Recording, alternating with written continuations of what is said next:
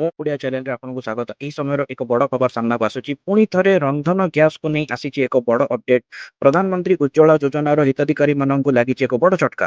କେନ୍ଦ୍ର ସରକାର ଉଜ୍ଜ୍ୱଳା ଯୋଜନାରେ ମିଳୁଥିବା ସବସିଡିକୁ ଗ୍ୟାସ୍ ସିଲିଣ୍ଡର ସଂଖ୍ୟାକୁ ହ୍ରାସ କରିଛନ୍ତି। ଏଣିକି ହିତାଧିକାରୀମାନଙ୍କୁ ବର୍ଷକୁ ମାତ୍ର 4ଟି ସିଲିଣ୍ଡର ଉପରେ ହିଁ ସବସିଡି ମିଳିବ। ମଧ୍ୟପ୍ରାଚ୍ୟରେ ଲାଗି ରହିଥିବା ଯୁଦ୍ଧ ପରିସ୍ଥିତି, ହରମୁଜ ପ୍ରଣାଳୀରେ ଅଚଳାବସ୍ଥା ଏବଂ ସୃଷ୍ଟି ହୋଇଥିବା ଗ୍ୟାସ୍ ସଂକଟ ମଧ୍ୟରେ କେନ୍ଦ୍ର ସରକାର ଏହି ବଡ଼ ନିଷ୍ପତ୍ତି ନେଇଥିବା ଜଣାପଡ଼ିଛି।